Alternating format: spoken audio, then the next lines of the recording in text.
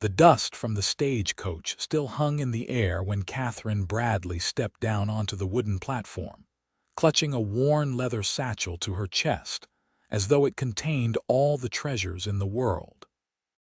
Sarah Patterson watched from inside the coach, her heart hammering against her ribs, taking in the small Colorado town of Montrose with equal parts hope and trepidation.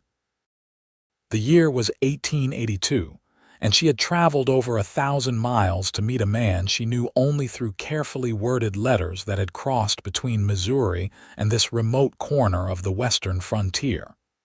"Miss Patterson." A deep voice cut through her anxious thoughts. Sarah turned her head to see a tall man standing beside the coach door, his hand extended to help her down. He wore clean denim trousers and a brown vest over a white cotton shirt, his dark hair slightly too long beneath a wide-brimmed hat. His eyes, a striking shade of green that reminded her of spring leaves, studied her with an intensity that made her breath catch. "Yes," she managed, her voice steadier than she felt. "Mr. Bennett, Keith Bennett, madam, welcome to Montrose." His hand was calloused and warm as she placed her gloved fingers in his palm, stepping down from the coach with as much grace as she could muster after 3 days of bone-rattling travel. She stood a full head shorter than him, and she had to tilt her face up to meet his gaze. "Thank you." Sarah smoothed her travel-worn blue dress, suddenly conscious of how she must look after the long journey.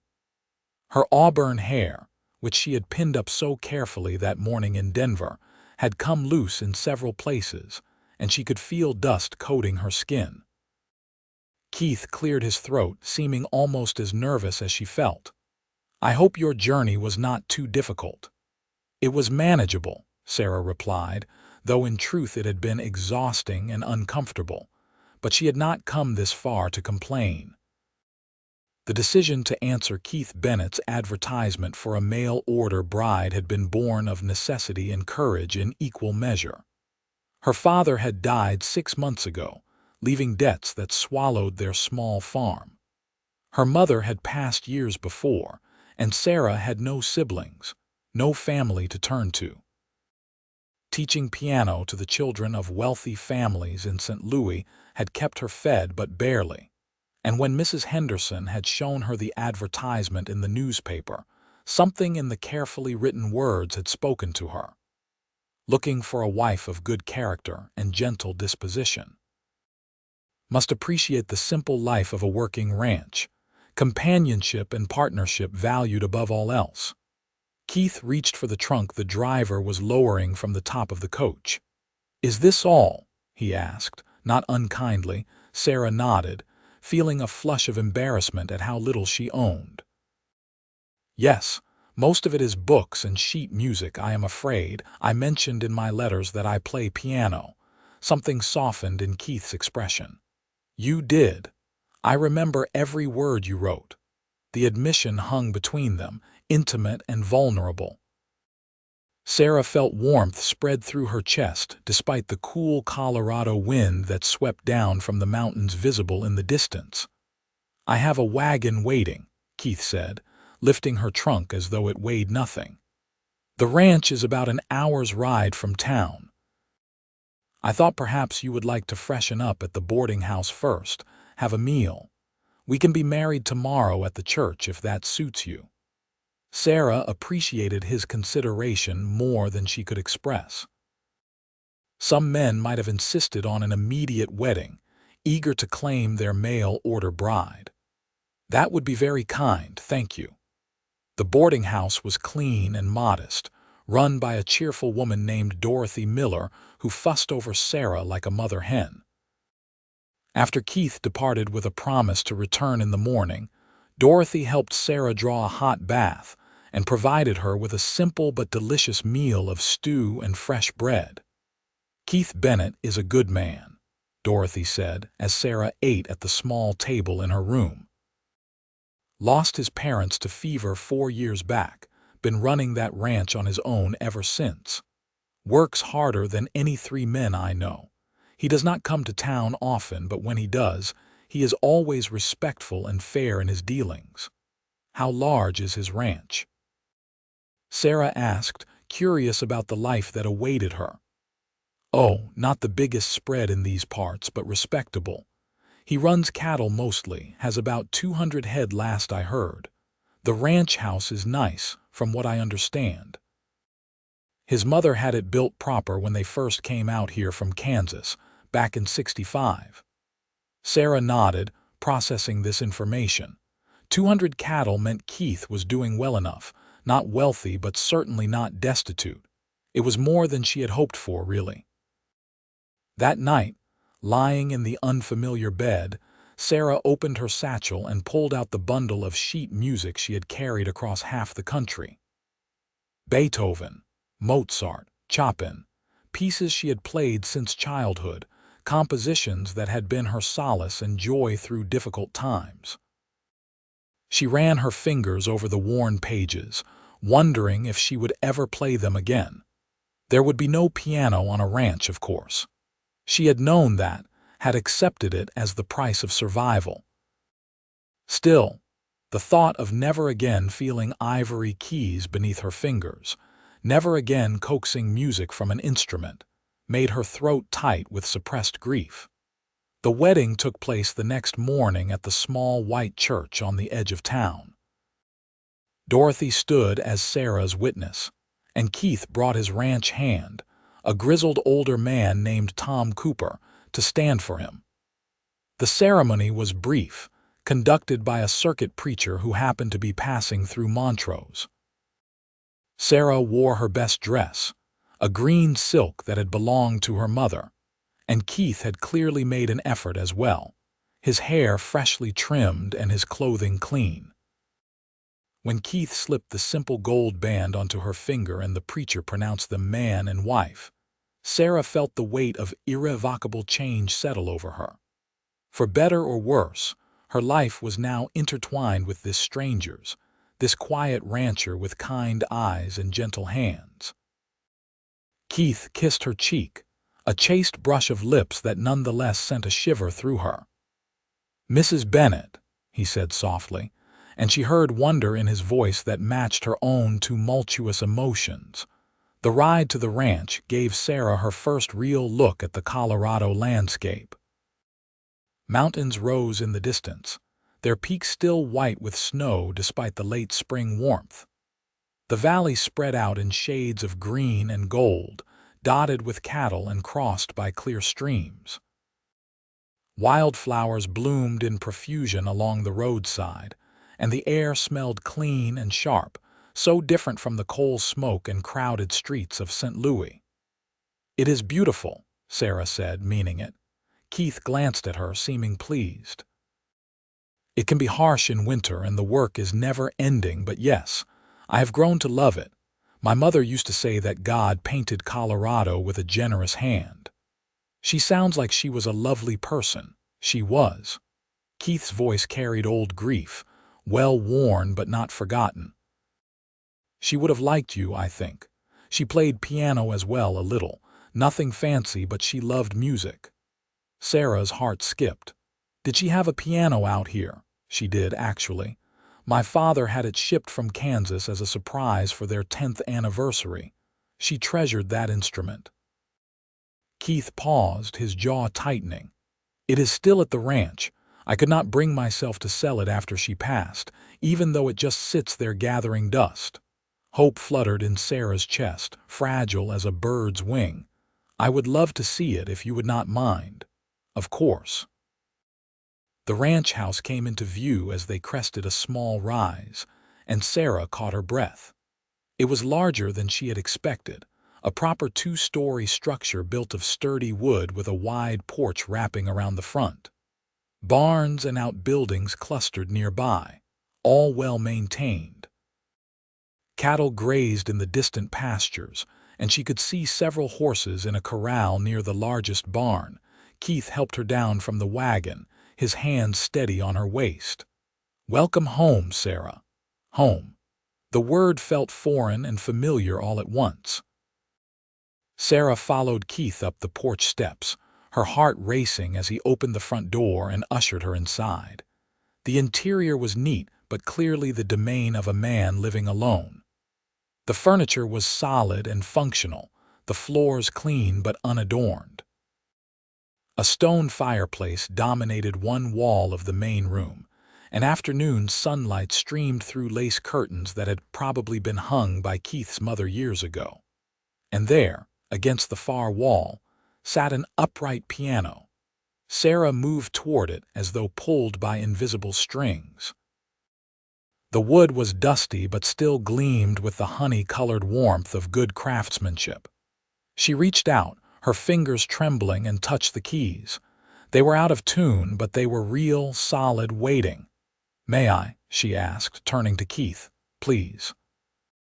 He set down her trunk and leaned against the doorframe, watching her with an expression she could not quite read.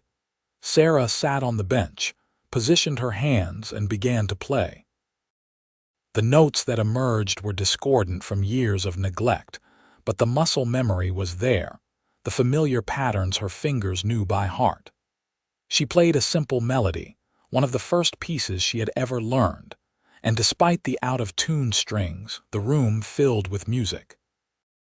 When she finished, she found Keith staring at her with something like awe on his face. "That was beautiful," he said, his voice rough. "I had forgotten how music could sound in this room." "It needs tuning desperately," Sarah said, already mentally cataloging what would be required. "But the instrument itself seems sound. Do you have anyone in the area who could tune it?" Keith shook his head. "No one in Montrose that I know of. Might be someone in Grand Junction, but that is a 2-day ride." Sarah considered this. "I can do it myself if you have the right tools. My teacher in St. Louis showed me how. It is not perfect, but I can get it close enough to be playable." "Whatever you need," Keith said immediately. "Just tell me what tools to get and I will find them." The generosity of the offer made Sarah's eyes sting with unexpected tears. "Thank you." "That is very kind." Keith crossed the room to stand beside her, his hand coming to rest gently on her shoulder. "Sarah, I know this is all very strange. We barely know each other, but I want you to be happy here. If playing piano brings you joy, then I want you to have that." Sarah looked up at him, this man who was now her husband, and felt something shift inside her. Not love, not yet, but the foundation upon which love might be built, trust, gratitude, the beginnings of affection. "I will try to be a good wife to you," she said quietly. Keith's hand squeezed her shoulder gently. "And I will try to be a good husband. That is all we can promise for now, is it not? To try." The first weeks of marriage unfolded with a careful politeness that gradually softened into comfortable routine. Keith was up before dawn each day to tend the cattle and manage the endless tasks a ranch required. Sarah threw herself into making the house a home, cleaning and organizing, planting a small garden near the kitchen door, learning to cook the hearty meals a working rancher needed. Keith had given her the larger bedroom, insisting he was perfectly comfortable in the smaller room that had been his since childhood. Sarah appreciated his consideration, though she found herself lying awake at night, wondering what it would be like when their marriage became a true union in every sense. Keith never pushed, never demanded, seemed content to let their relationship develop at its own pace. During the day, while Keith worked outside, Sarah devoted herself to the piano. Keith made good on his promise, riding into town and returning with a tuning hammer and felt strips he had ordered special from Grand Junction. Sarah spent patient hours working on each string, adjusting and testing until the instrument began to sound like itself again. As the piano came back to life under her care, so too did something in Sarah herself. The music that filled the ranch house was a balm to her soul, the one piece of her old life that she could carry into the new. She played for hours, working through her beloved sheet music, reacquainting herself with pieces she had not touched in months. Keith would come in from his work and stand in the doorway, listening with an expression of quiet contentment. Sometimes, in the evenings, he would sit in the chair near the fireplace while Sarah played, and they would share the comfortable silence that followed the music. "Play the one you did last night," he said one evening in early June, settling into his chair with a cup of coffee. "The gentle one that sounded like rain." Sarah smiled, pleased that he was starting to have favorites. She played Chopin's Nocturne in E-flat major, letting the lyrical melody fill the room. When she finished, she turned to find Keith watching her with an intensity that made her breath catch. "You are remarkable," he said simply. "I had no idea when I placed that advertisement that someone like you would answer it." "Someone like me?" Sarah asked, curious. "Educated, talented. You could have found a comfortable position somewhere back east, married well. Why come all the way out here to marry a stranger?" Sarah closed the piano lid and moved to sit in the chair opposite Keith. It was time for honesty, she decided. He deserved that much. "My father died with debts I could never hope to pay," she said. "The farm was seized. I had nowhere to go, no family to take me in. I was teaching piano, but barely making enough to afford a rented room. One of my students' mothers showed me your advertisement, and something about it spoke to me. You seemed like a good man, someone who wanted a partner, not a servant or an ornament. I took a chance." Keith leaned forward, his elbows on his knees. "I am glad you did. I placed that advertisement because this ranch, this life, it felt empty without someone to share it with. Tom is a good hand, but he has his own cabin, his own life.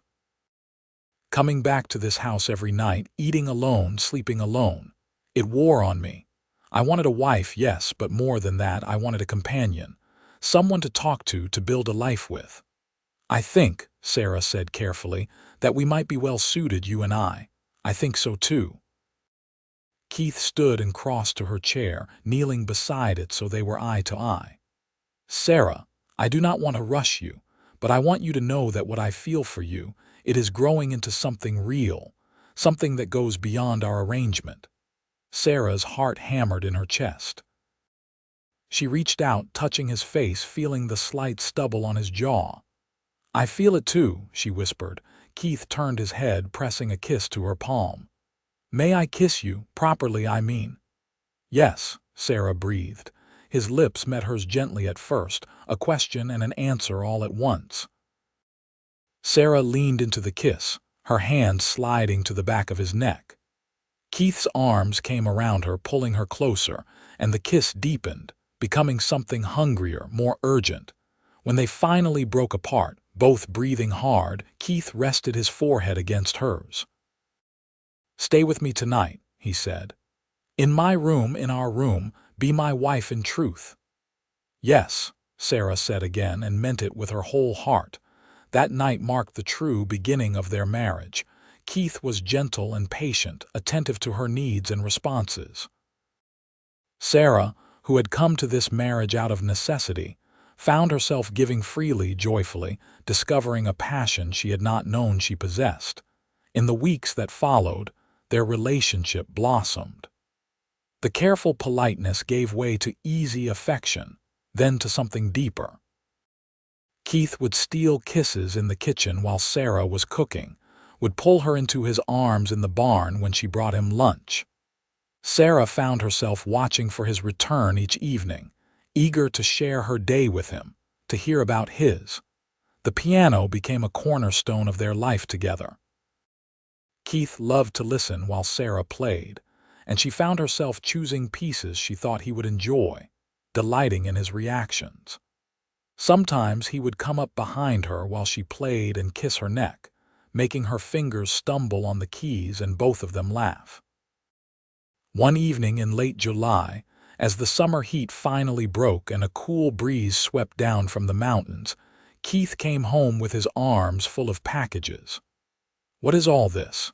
Sarah asked, setting aside the book she had been reading. Keith grinned, looking younger and more carefree than she had ever seen him.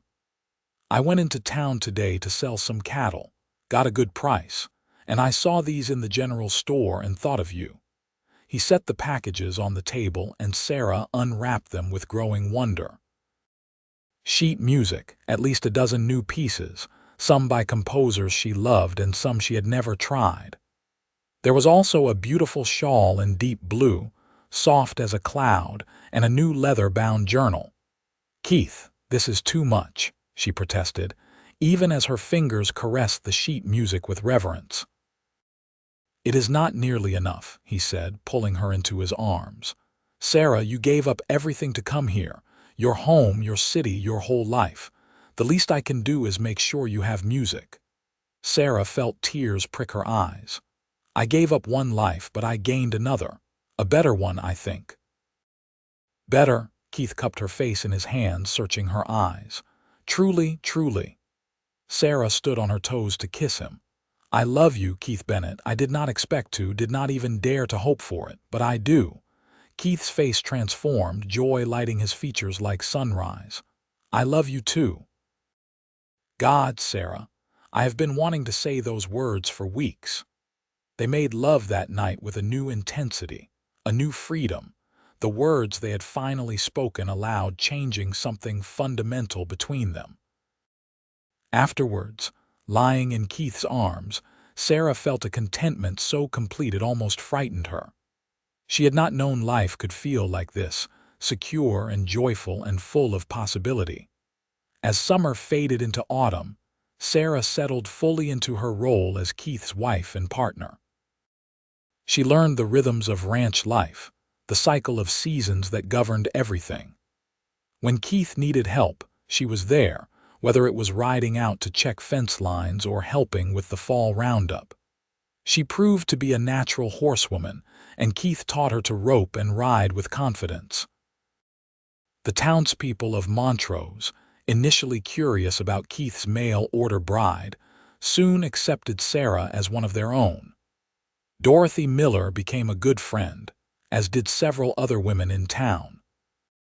Sarah started giving piano lessons to a few children whose parents could afford them, and the small income was welcome, though Keith insisted she keep it for herself.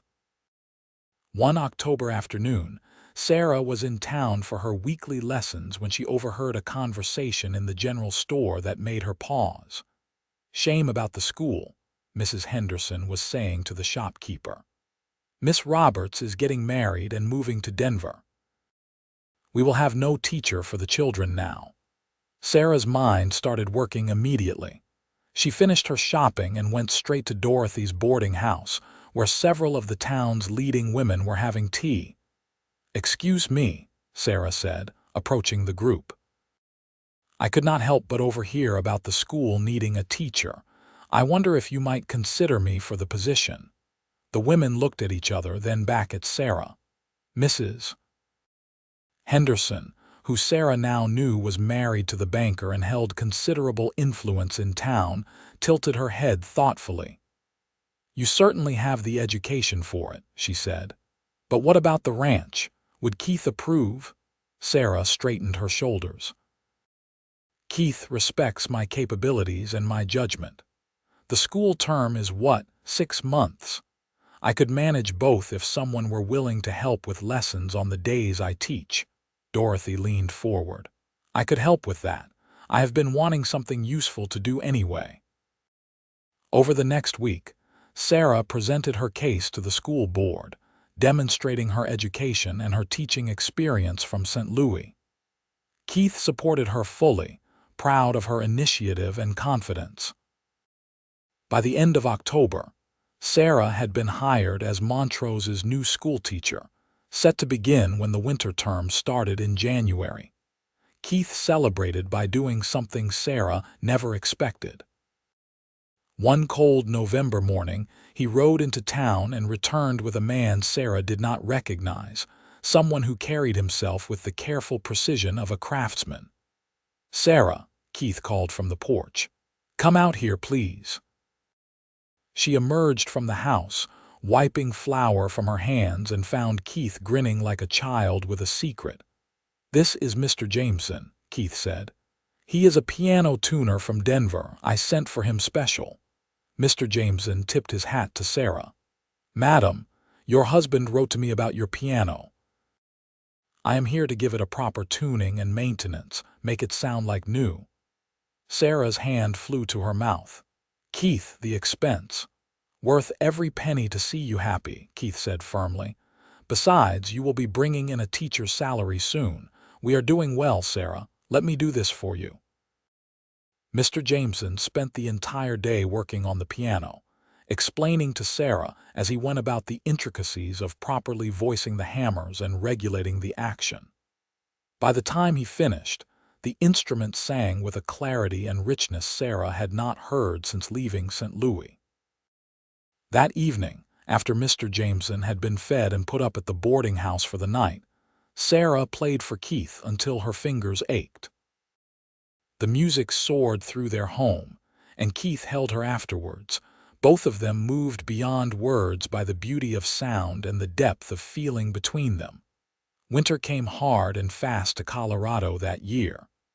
By December, snow lay thick on the ground and the temperature plummeted. Keith worked tirelessly to keep the cattle fed and protected, often coming home exhausted and half-frozen. Sarah learned to have hot coffee and warm meals waiting, to help him out of his snow-crusted clothing and warm him by the fire on Christmas morning. They exchanged simple gifts.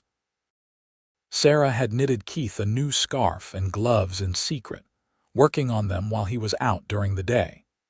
Keith gave her a beautiful music stand he had made himself in the barn workshop, the wood polished to a gleaming finish and carved with delicate roses along the edges. Keith, this is beautiful, Sarah breathed, running her fingers over the intricate carving. When did you find time to make this? Late at night after you fell asleep. I wanted to give you something special, something made just for you. Sarah kissed him, pouring all her love and gratitude into it.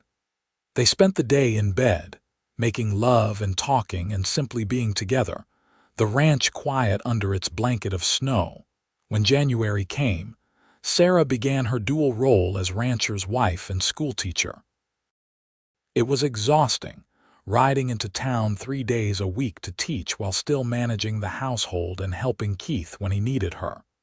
But it was also deeply fulfilling. She loved working with the children, seeing their faces light up when they mastered a difficult concept. Several showed promise with music, and she started teaching them piano in the schoolhouse, using the old instrument that had sat neglected in the corner.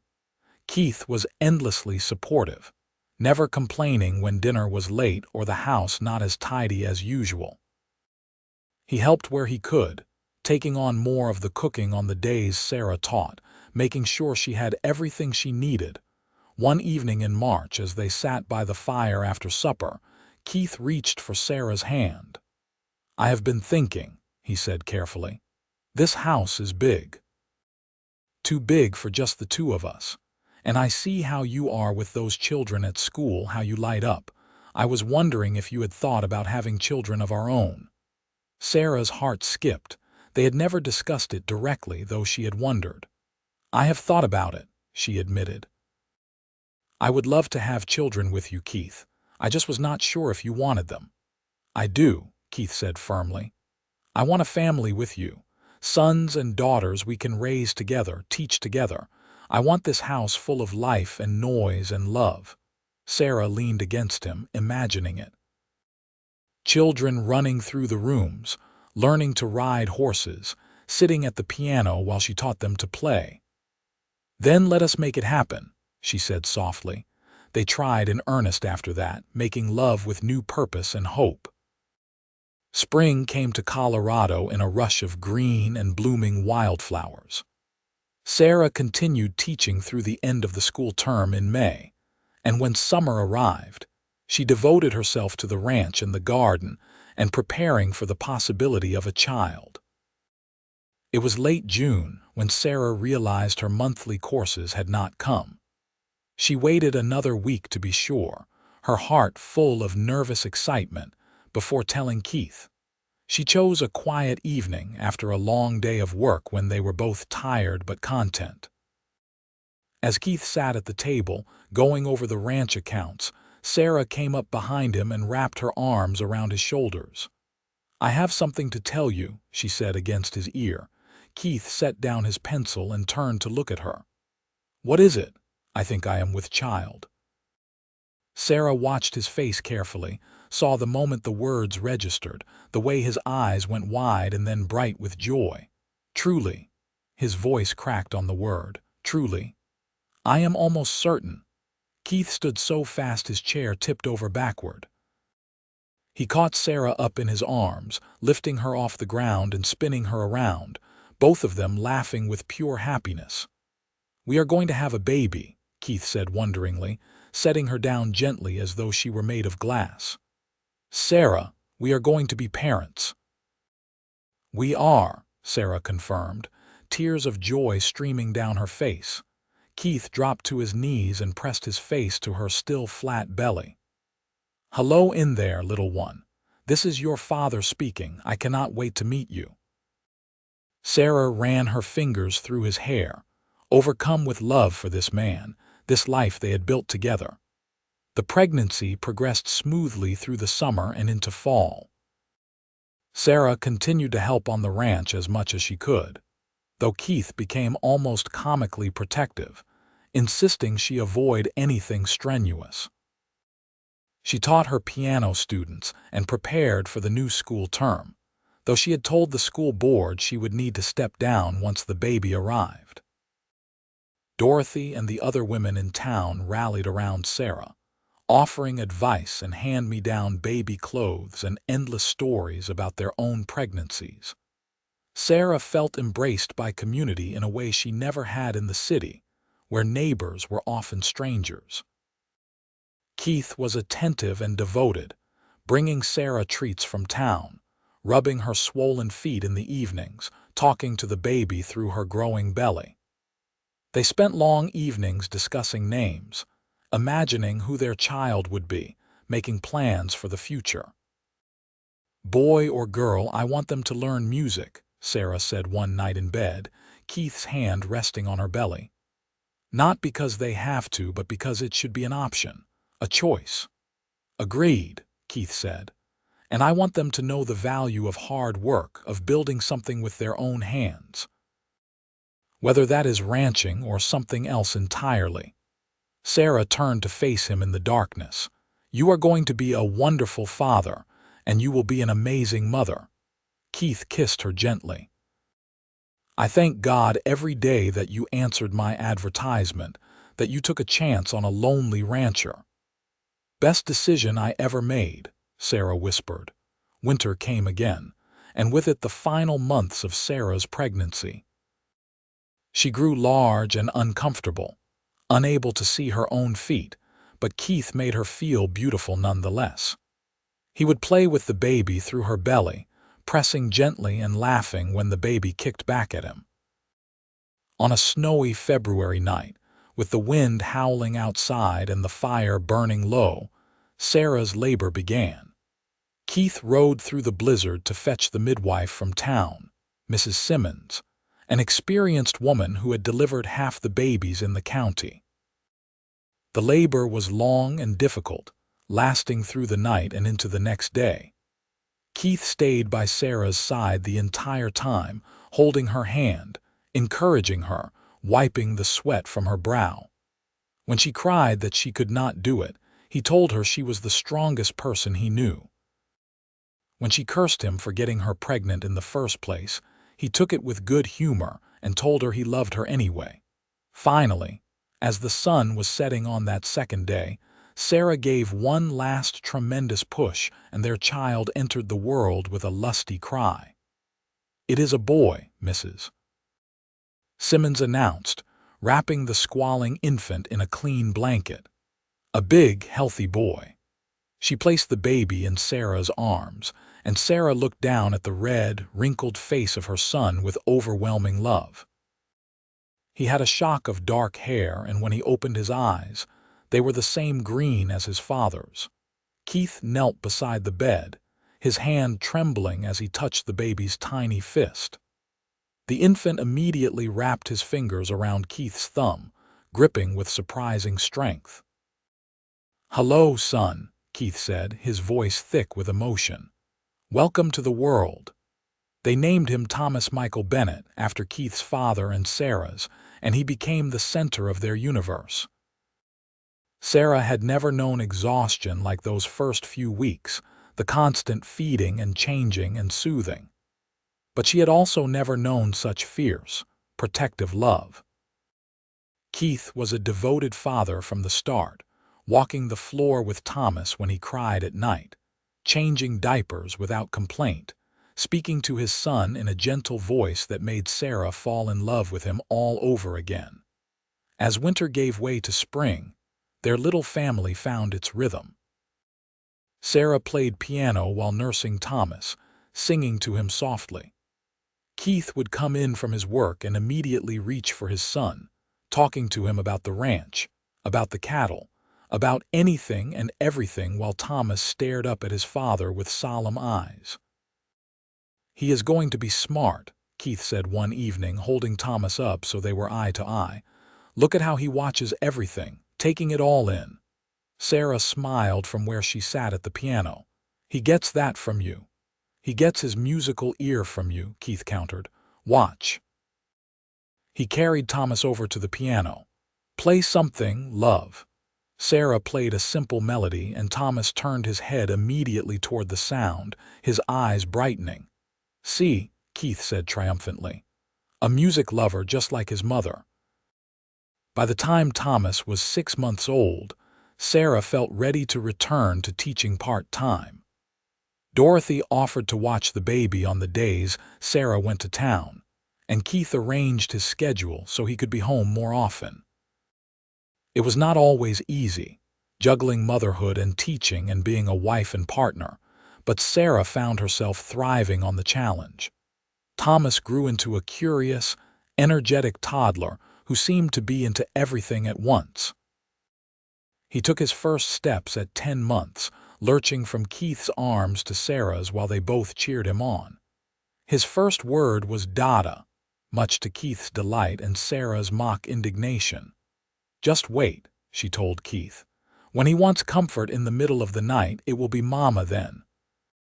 As Thomas grew, Sarah started teaching him simple melodies on the piano, sitting him on her lap and helping his chubby fingers find the keys.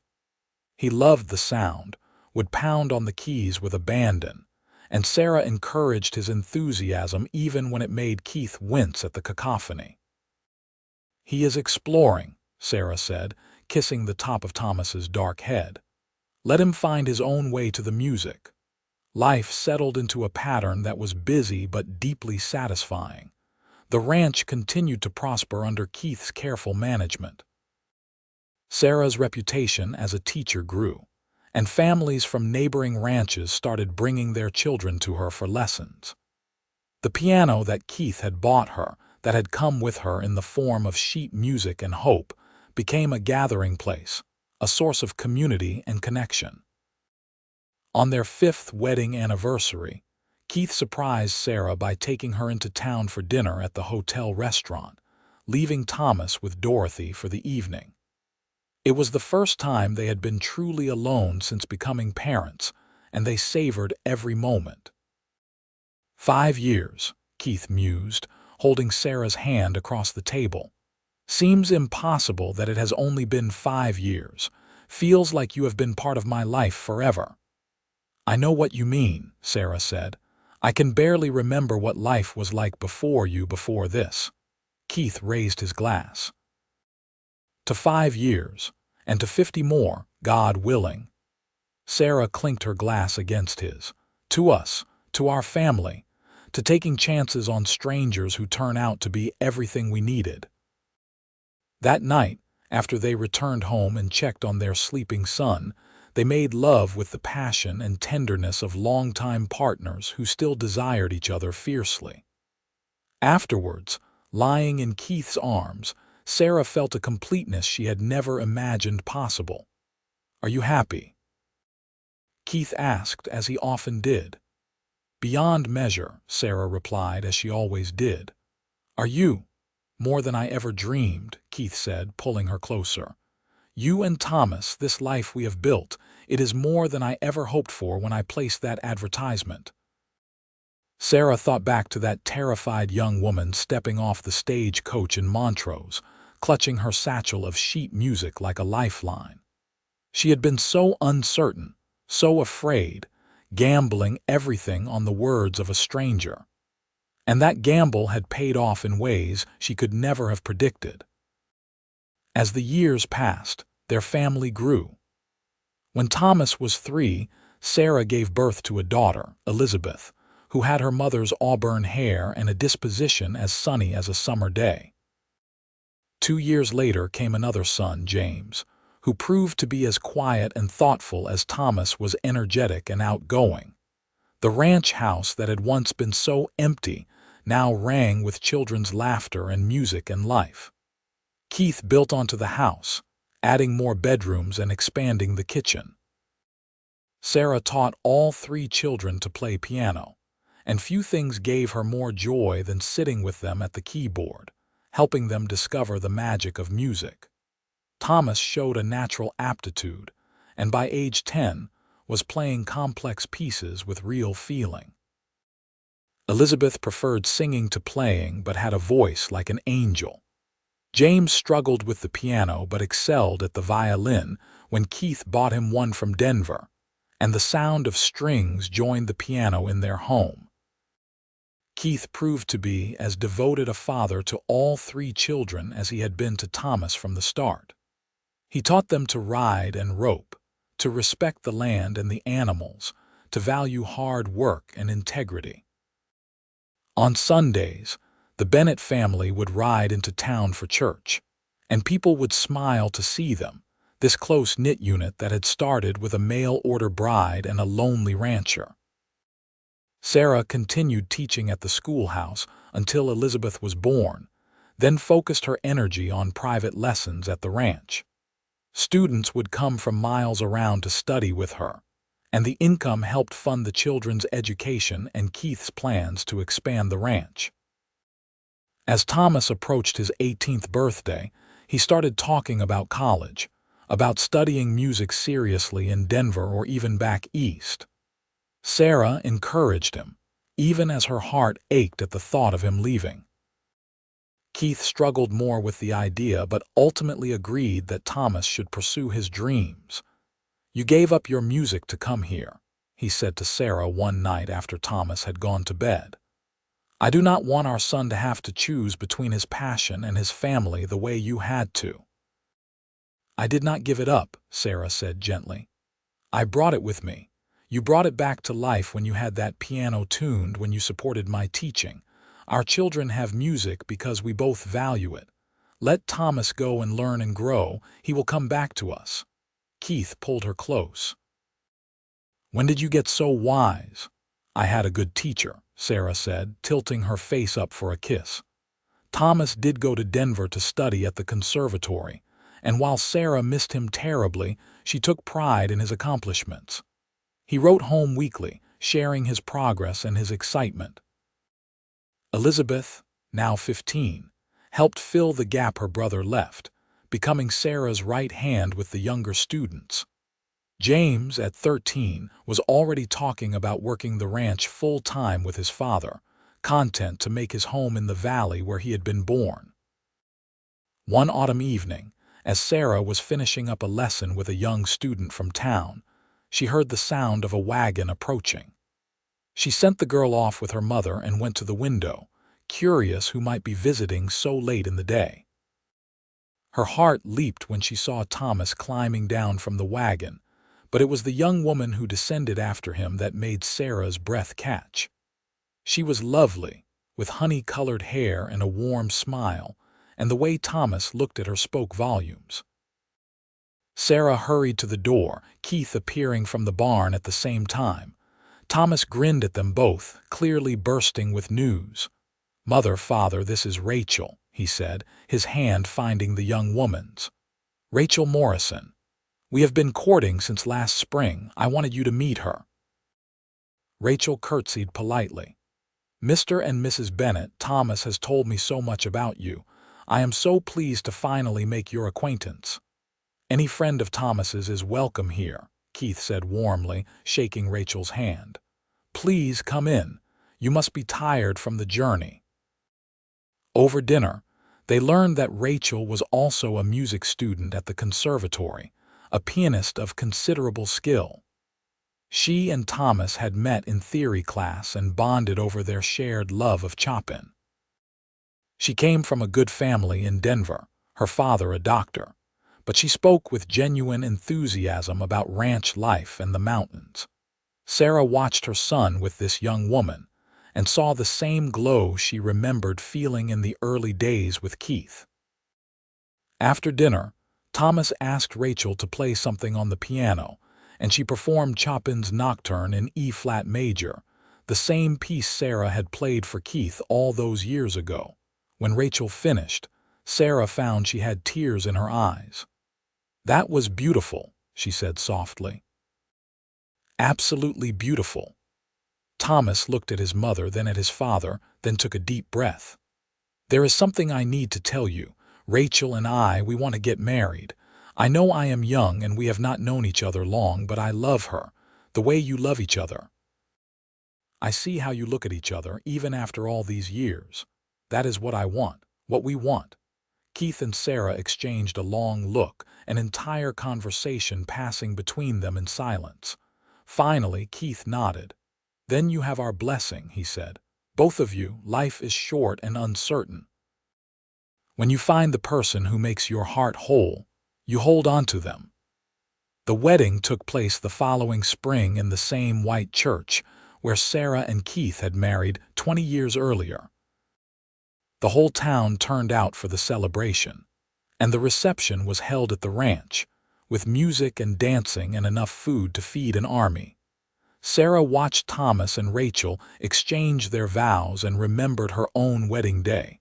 The uncertainty and hope all mixed together. But where she and Keith had been strangers, Thomas and Rachel knew each other, loved each other freely and openly. It was a different kind of beginning, but no less beautiful.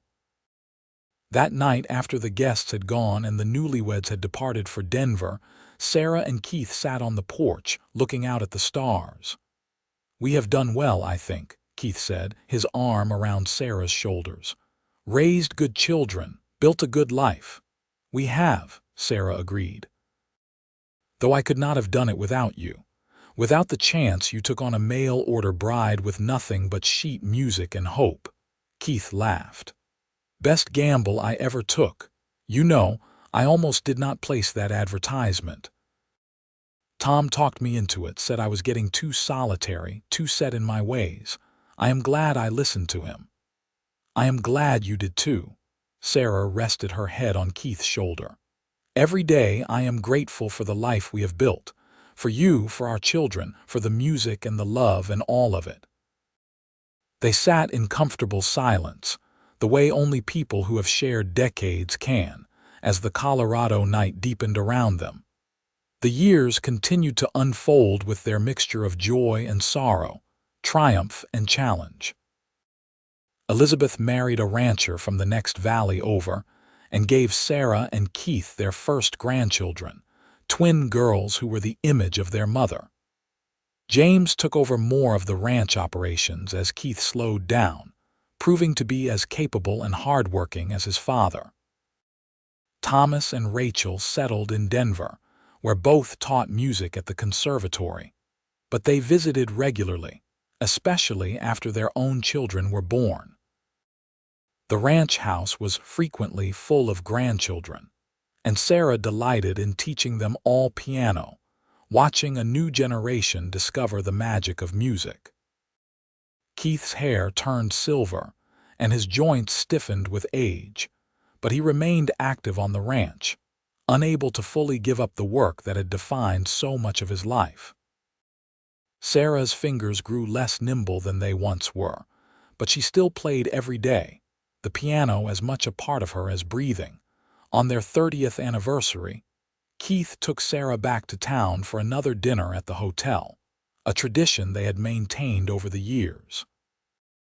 As they ate, they reminisced about 3 decades of marriage, of building a family and a legacy together. "You ever regret it?" Keith asked. "Giving up the city, the opportunities you might have had there?" Sarah reached across the table and took his hand, looking into the green eyes that still made her heart skip after all these years. "Never. Not once. This life with you, it is everything I could have wanted and more. You gave me music when you bought that piano for your mother. You gave me love and partnership and children and a home. How could I regret any of that?" Keith raised her hand to his lips. "I love you, Sarah Bennett, more today than yesterday and less than tomorrow." "I love you too," Sarah whispered, "always and forever." As they grew older still, Keith eventually had to give up the ranch work entirely, turning operations over to James completely. He spent his days on the porch, watching the land he had worked for over 50 years, content with his memories and his family. Sarah continued to teach a few students and play her beloved piano, the instrument that had been with her through every stage of her life in Colorado. One spring morning, when Sarah was 68 and Keith was 72, Keith did not wake up. He passed peacefully in his sleep, his hand still clasped in Sarah's. She held him and wept, mourning the loss of her partner, her love, the man who had taken a chance on a desperate young woman with nothing but sheet music and given her a whole world. The funeral was attended by what seemed like half the county. Keith had been respected and loved, a man of integrity and kindness. His children and grandchildren spoke of his devotion to family, his tireless work ethic, his gentle spirit. Sarah sat in the front pew of the same church where they had married, where all their children had been baptized, and felt the weight of 43 years of love and partnership settling over her like a mantle. After Keith's death, Sarah remained on the ranch. James and his wife lived in the main house with her, caring for her as she had once cared for them. She spent her days at the piano, playing the pieces Keith had loved best, feeling his presence in the music that filled their home. Thomas and Rachel visited often, bringing their children. Elizabeth came weekly with her grandchildren. The house was never empty for long, and Sarah was surrounded by the family she and Keith had created together. One evening, as Sarah sat at the piano playing Chopin's Nocturne, the piece that had marked so many important moments in her life, she looked up to see her entire family gathered around her. Thomas and James, Elizabeth and their spouses, 10 grandchildren of varying ages, all listening as she played. When she finished, the youngest grandchild, a girl of 5 named Catherine after her great-grandmother Sarah's mother, climbed onto the bench beside her. "Grandma, will you teach me to play like that?" Catherine asked. Sarah smiled, her heart full despite the ache of Keith's absence. "Of course, sweetheart. It would be my greatest pleasure." As she began to show Catherine the basic hand positions, the same way her own teacher had shown her so many years ago, Sarah felt the circle completing itself. The sheet music she had carried to Colorado as a desperate mail-order bride had become a legacy, passed down through generations. The piano Keith had bought her, tuned and maintained with such love, continued to bring music and joy to their family. Sarah lived to the age of 82, teaching piano until her fingers could no longer manage the keys, surrounded always by the family she and Keith had built.